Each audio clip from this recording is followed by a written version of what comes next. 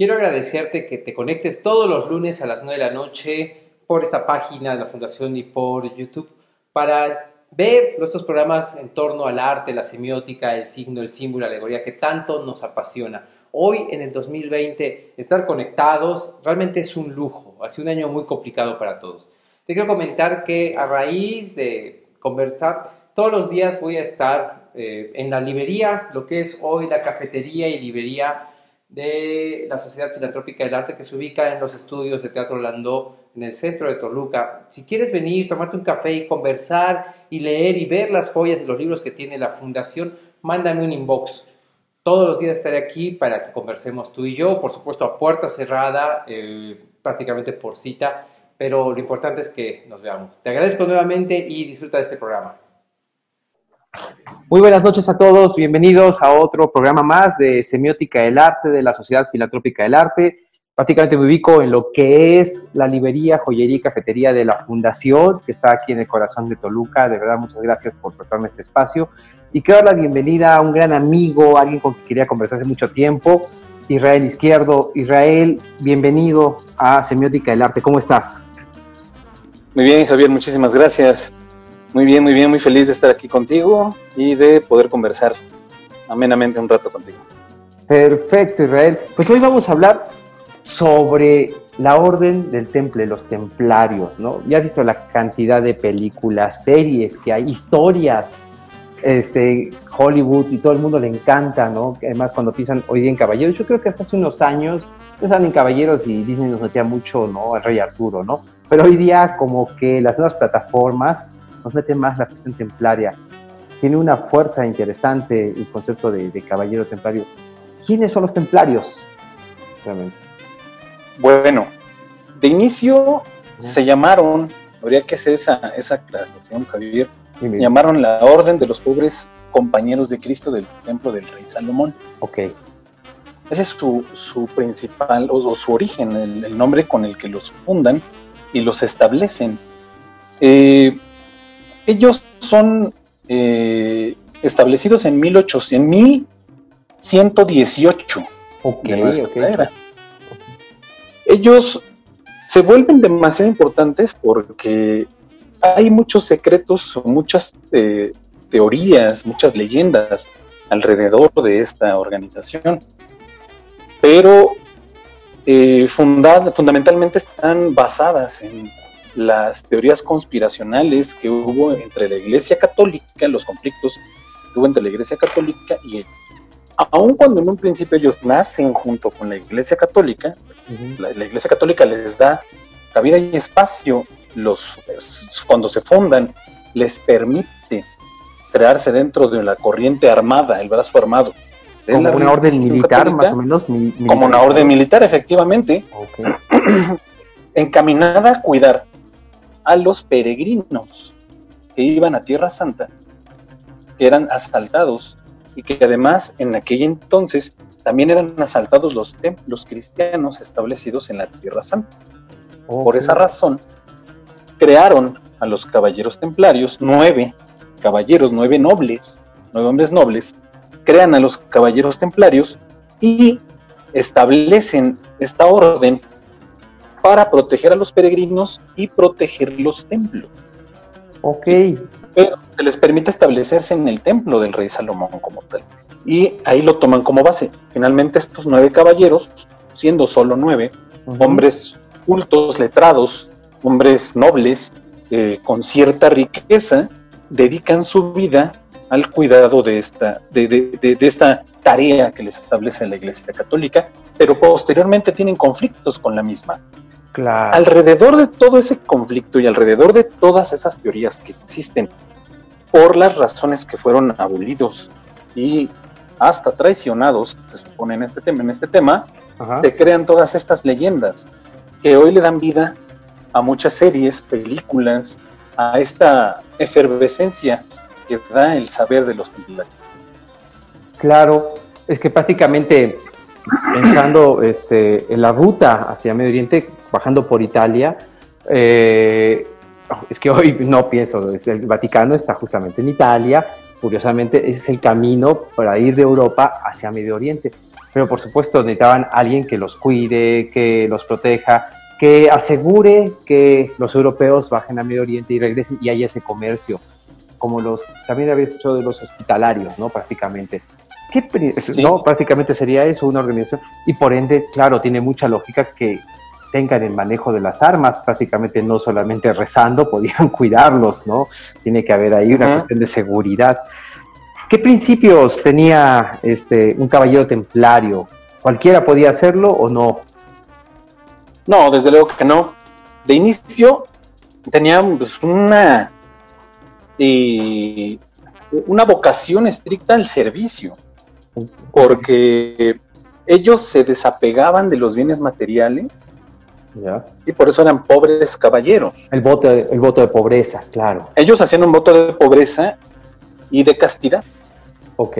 Entonces, la hermandad de los caballeros templarios debería tener primero una orientación hacia el servicio, hacia la actividad armada, la disciplina militar.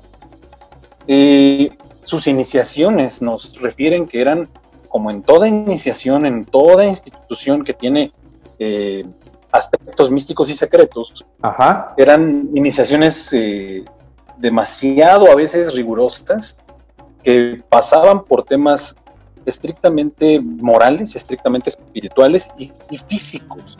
Luego entonces se requería de condición física buena, de aspectos físicos considerables, que tuvieras una libertad personal, que no estuvieras casado, que no tuvieras hijos, y que tuvieras una libertad de pensamiento, en razón de que también los templarios, aun cuando fueron católicos, tenían una tolerancia muy importante hacia las otras religiones. Eso es importantísimo que dices, o sea, la tolerancia, porque aparte estamos hablando de católicos, cristianos, bueno, porque estaba todavía formándose la cuestión católica, cristianos en Medio Oriente viviendo y conviviendo con la gente de allí. O sea, no podían ser radicales y decir, ¿sabes qué? Esto es lo que creo yo. Tiene que comían, dormían y convivían con la gente. Si los cuidaban, tenía que haber una tolerancia, un respeto. Interesante, por supuesto. Y además, eso, aun cuando no estaba establecido en sus reglas, porque sus reglas son la disciplina constante. Por ejemplo, una de sus reglas era la disciplina constante y la obediencia. Siempre tiene que ser respetada o tenía que ser respetada. Por lo mismo que era un aspecto muy militar. Ellos decían algo así como que entre nosotros se va y se viene a la señal que se nos da en la autoridad. Ok. ¿Sí? O sea, se obedece. Se obedece, ¿sí? Claro. Y se negaba el hecho de que afuera había que ir a buscar por tu propia cuenta o tus vestiduras o tus alimentos. Es decir, la fraternidad vivía de la fraternidad. Okay. En la primera era disciplina y obediencia. La segunda era llevar una vida común que fuera sobria y alegre y que fuera, vamos a decirlo así, una hermandad cotidiana entre todos y que se diera dentro de la cotidianeidad la alegría de vivir entre ellos. Wow. Que no fueran ociosos, ¿sí? Ellos no podían estar en vida de ocio ni en la curiosidad excesiva, pero no la curiosidad de la duda, sino la curiosidad malsana. Esta que nos lleva a andar ahí de morbosos, ¿sí? Tenían ese tipo de aspectos. Detestaban los juegos de azar, los dados. Era un juego que se llevaba mucho en aquel entonces. Claro. Tenían prohibido los juegos de azar. No practicaban cacerías furtivas sin necesidad de hambre. Es decir, ellos lo justo para comer. Lo justo, exactamente, lo que tenía que ser, manifestando con ello un respeto hacia el orden natural. Claro. ¿Sí? O sea, no por diversión. Sí, claro, lo justo, y que tiene que ver con lo del voto de pobreza, o sea, lo necesario, lo que necesitas, no claro, ok. Y en esos aspectos también de cuidar los aspectos de la lujuria y eso, no ser vanidosos, siempre tener el cabello muy al ras, un corte de cabello muy al ras, formando parte de esa disciplina y obediencia. Básicamente esas eran las reglas del caballero templario en aquel entonces. Prácticamente estamos hablando, y volvemos a lo mismo, ¿no? De controlar, no hablemos de matar el ego totalmente, ¿no? El control de lo físico, de lo justo, de la equidad, hasta casi un concepto ecológico, ¿no? Pero prácticamente para poder trascender y preparar el alma, y en este caso la comunión con los demás, el control con uno mismo. Qué interesante. Pues sí, y además esto les dio esas estructuras de orden y obediencia, de disciplina, los llevó a poder crear en lo futuro aspectos que los volvieron peligrosos hasta para la propia religión católica o útiles a la sociedad. Claro, por supuesto, porque no hay nada más. Bueno, continúa, perdón. Perdón, porque ellos crean la banca.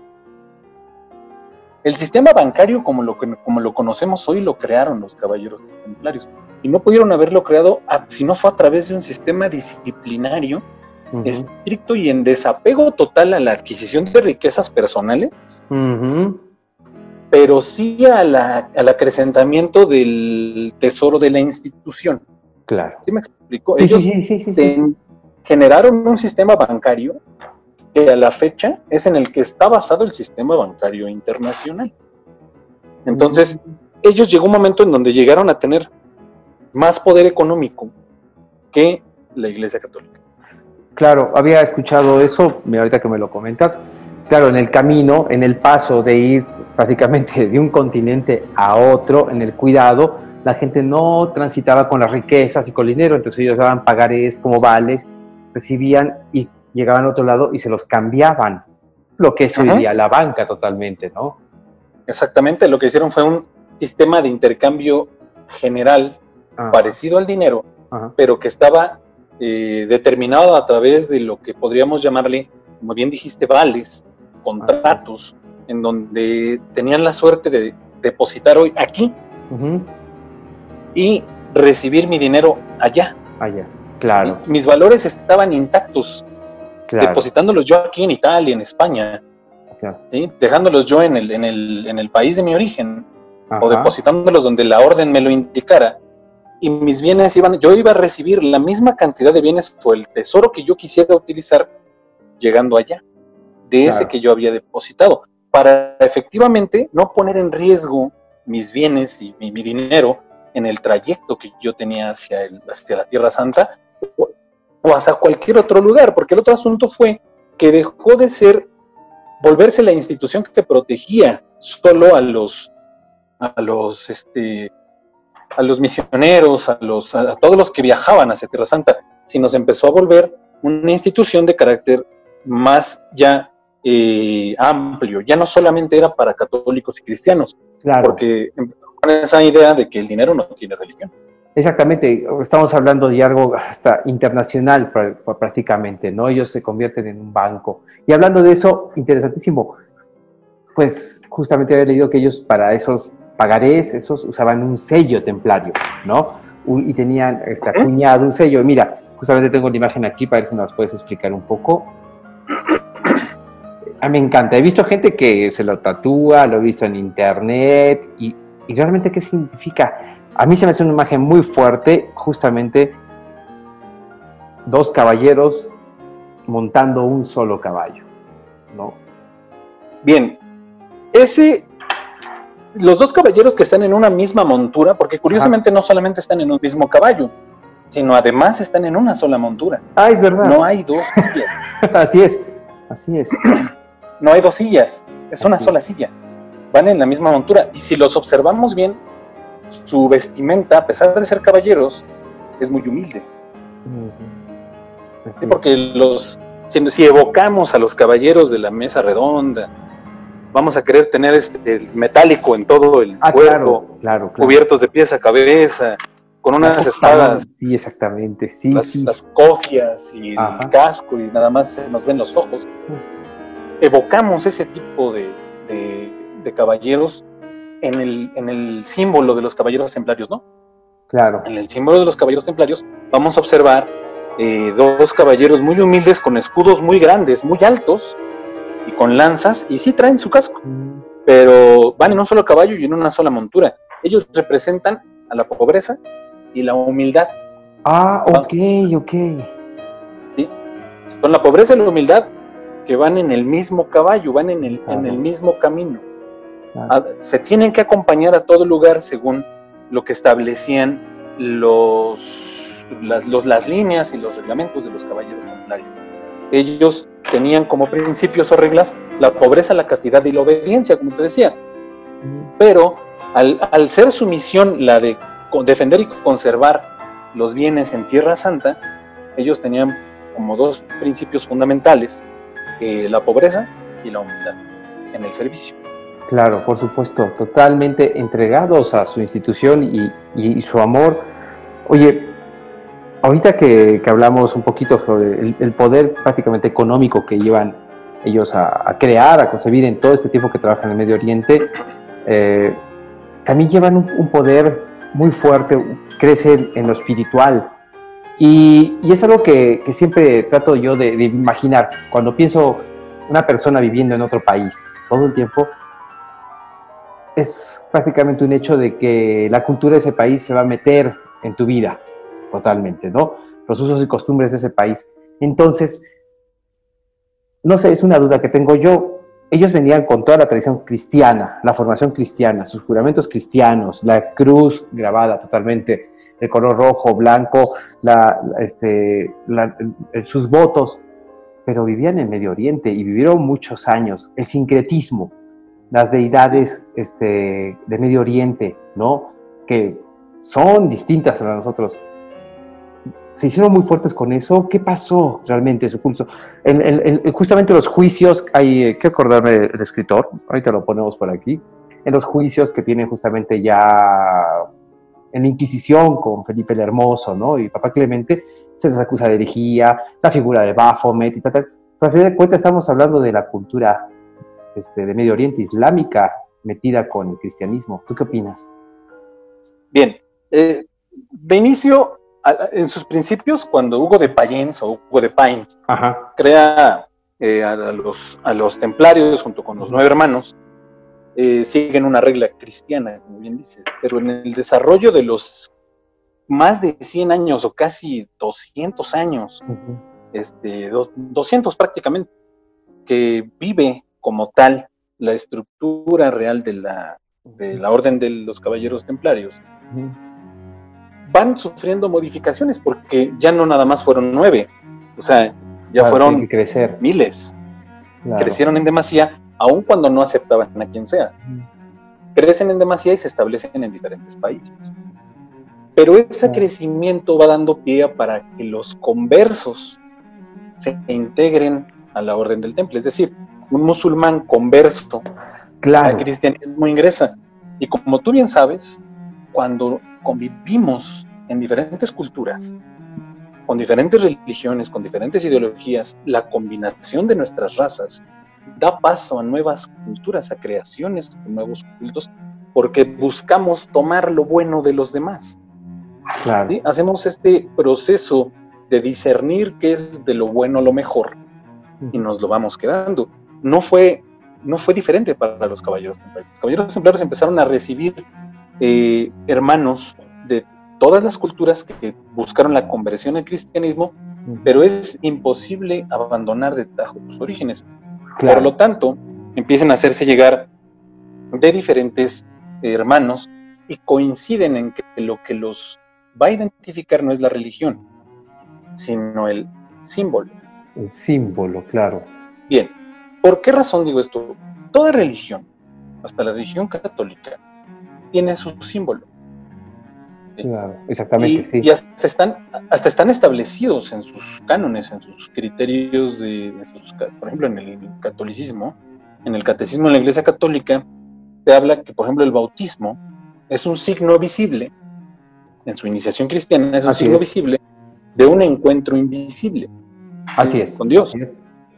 Por lo tanto, empiezan a tratar este estudio poco a poco al conocer a otros hermanos de otros orígenes, de otras culturas, y se dan cuenta que ellos tienen otros símbolos diferentes que los remiten al mismo concepto, al mismo valor, ¿sí?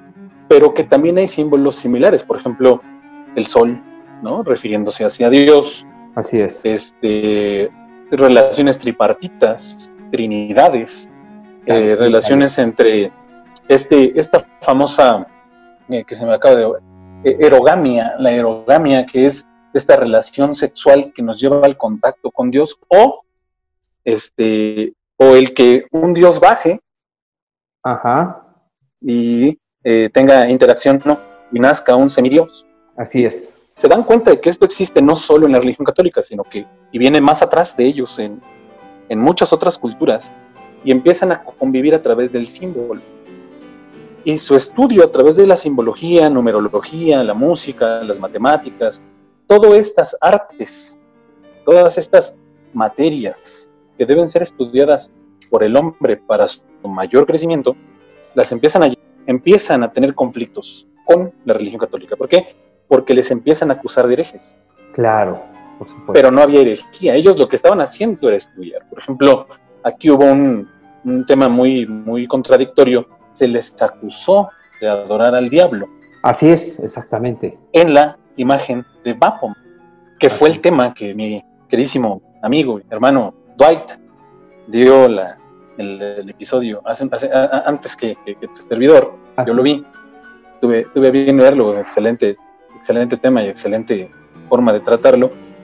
Eliphas Levi le da forma al Baphomet que hoy conocemos, que está hacia arriba hacia abajo, pero el de los caballeros templarios era solamente el busto y la cabeza. Entonces, claro. pero era el símbolo del Baphomet el que estaban estudiando, tratando de interpretar y conocer para que los llevara a un crecimiento moral, ¿sí? Y por lo tanto el símbolo no adoraban a Baphomet. Sin embargo, se les acusó de adorar al diablo en la figura, en la persona de Baphomet. Así es. Así es. Realmente el conocimiento da miedo, le da miedo a muchas personas, ¿no? Siempre hemos sabido eso, ¿no? El saber más, a los científicos sabemos que la ciencia le ha dado mucho miedo a la religión mucho tiempo, ¿no? Hoy día ahí se la llevan, ¿no? Y tratan de justificar la ciencia con la fe, pero aún así es como dudoso, ¿no? ¿Qué pasa con los templarios después de su juicio? Volvemos de nuevo a todo lo de cine y la ficción, y se nos dice que, sí. Exactamente, que prácticamente murieron, se ejecuta, ¿no? Felipe el Hermoso los sentencia, los quema. ¿Qué pasa después con los templarios, con su famoso conocimiento? ¿Mutan, sí, claro. van a otro lado? ¿Qué pasa realmente? Bueno, como bien sabemos, el último gran maestre fue Jacques de Molay. Así es, así es. Pues mueren, desaparecen a la Orden del Temple, muy, muy manipulados estos juicios a través de los cuales desaparecen a la Orden del Temple. Uh-huh. Y ellos tienen la obligación de empezarse a cuidar y a esconder los templarios que sobreviven, que tal vez no fueron los del más alto orden, porque a los maestros templarios pues los quemaron a todos. Sin embargo, los que quedan se mantienen en bajo perfil, y se dice que crean otras órdenes secretas y otras órdenes místicas. Le dan paso con esos principios que ellos tenían, pero ya basados más en la diversidad, y dándose cuenta que el origen de su decaída, de la caída del orden del temple, es la religión. Así es. Lo que hacen es establecer órdenes no religiosas. Ok. ¿Sí? Parten de principios morales, idealizando no a un Dios en la figura de ni de Jesús, ni de Buda, ni del Dios hebreo, ni del Dios de ninguna religión, sino tomando en consideración un ente superior, llámesele fuerza, llámesele como se le llame, y dándole un orden a todo, pero creando postes o sociedades que hoy les llamamos secretas o místicas. Claro. ¿Sabes qué? Acabo de leer, bueno, mejor dicho, poniendo un marco, los templarios tienen un fuerte muy interesante que hasta el día de hoy se puede visitar en Portugal. Tienen una sede, tuvieron una sede en Portugal, ¿no? No se sabe bien cuántos fueron para ahí, pero la construcción templaria está en Portugal. Y estaba leyendo justamente a raíz de 12 de octubre, el Día de la Raza, el descubrimiento de América y todos los conflictos que trae este tema. Decidí leer los 4 viajes de Colón. No los había leído, la verdad, me enseñaron en la escuela y me puse a leer los 4 viajes de Colón. Y me quedé sorprendido. No hay explicación, nadie dice por qué, pero bueno, los 3 le vienen a hacer carabelas. La Niña, la Pinta y la Santa María. La Santa María se destruye, construyen en el primer viaje un fuerte con eso y regresan los 2 barcos, ¿no? La Niña y la Pinta regresan a España, regresan casi como 6-7 meses después, llegan como en febrero, pero el barco donde va Colón no va directamente con los reyes, se va a Portugal, se va un mes antes a Portugal. La Pinta regresa normal a Castilla, pero la Niña con él se desvía casualmente. Los historiadores dicen que simplemente se equivocó, ¿no? Pero los historiadores dicen que se equivocó, algo pasó y queda un mes en Portugal y después regresa. Por supuesto, los barcos están cargados con fruta, con especies de Latinoamérica, llevan indígenas, llevan riqueza, llevan muchas cosas. Pero casualmente no llega a Castilla, llega y se queda un mes en Portugal y regresa. ¿Quién sabe qué pasó? Pero en ese momento parece que la orden templaria o algo muy similar a la orden templaria reinaba en Portugal. Interesante, no lo sabemos. La cruz de patada que usa Cristóbal Colón no es la cruz templaria exactamente, sí, pero tiene un parecido, ¿no?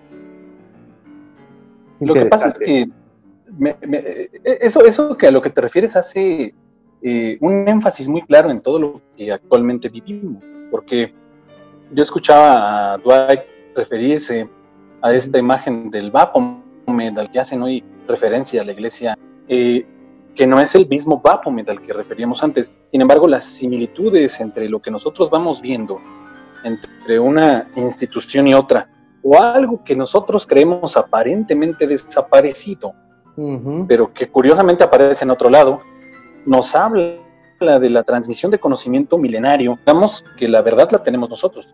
Yo soy propietario de una verdad, pero la realidad es de que la verdad está en todos, ¿no? Así es. Y el conocimiento fluye, vibra. Entonces, aquí es importante observar, por ejemplo, hay similitudes entre muchas culturas. Yo tengo muy claro y consciente, mejor que yo, la cruz Tao, utilizada por San Francisco de Asís, ¿sí?, es un símbolo de poder establecido desde los egipcios y más atrás. Claro. La cruz Tao. Los mayas la tienen entre los símbolos más importantes, en algunos hasta de sus edificaciones. Las vas a poder observar entre los muros. Y franciscanos, ¿no? No eran franciscanos. Entonces, hay símbolos y hay conocimiento que viene viajando a través de boca a oído. Claro. Se transmite a través de la forma más simple. Es muy difícil que se pierda por completo.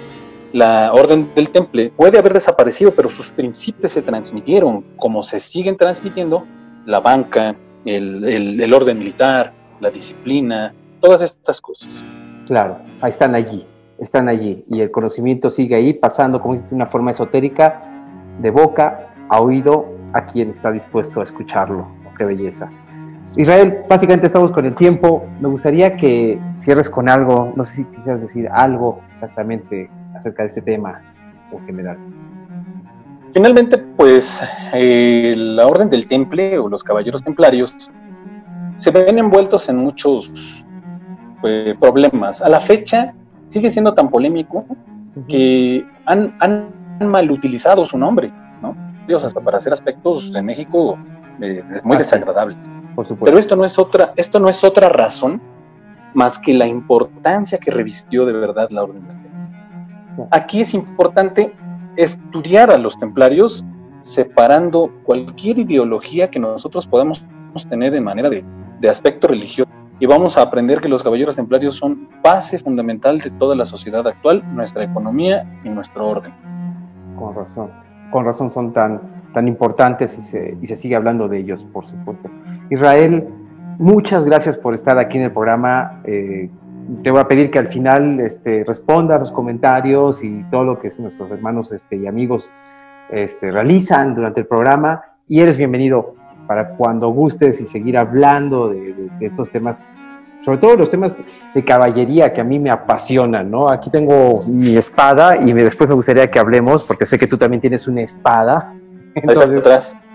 Ah, mira, oh, qué belleza. Claro, por supuesto. Sí, parecido. Mira, aquí están, exactamente. Todo caballero debe tener una espada. Así es. Así es. Sí, hay veces que la gente se ríe, pero no, ahí están las órdenes, ahí están los caballeros, ahí están todo, la mística, la esencia, sigue ahí en esta época. Israel, muchas gracias, de verdad, y muchas gracias a todos los que se conectaron. Un gusto tenerte aquí, Israel. Muchísimas gracias, Javier, y muchísimas gracias a todos los que nos escucharon y nos vieron, y quedo a la orden contigo. Cuídate mucho, Israel, nos vemos pronto, un abrazo. Hasta luego. Hola, la Sociedad Filantrópica del Arte trae este mezcal, 3 guerreros, en blanco y en reposado. El reposado es mi favorito, por supuesto.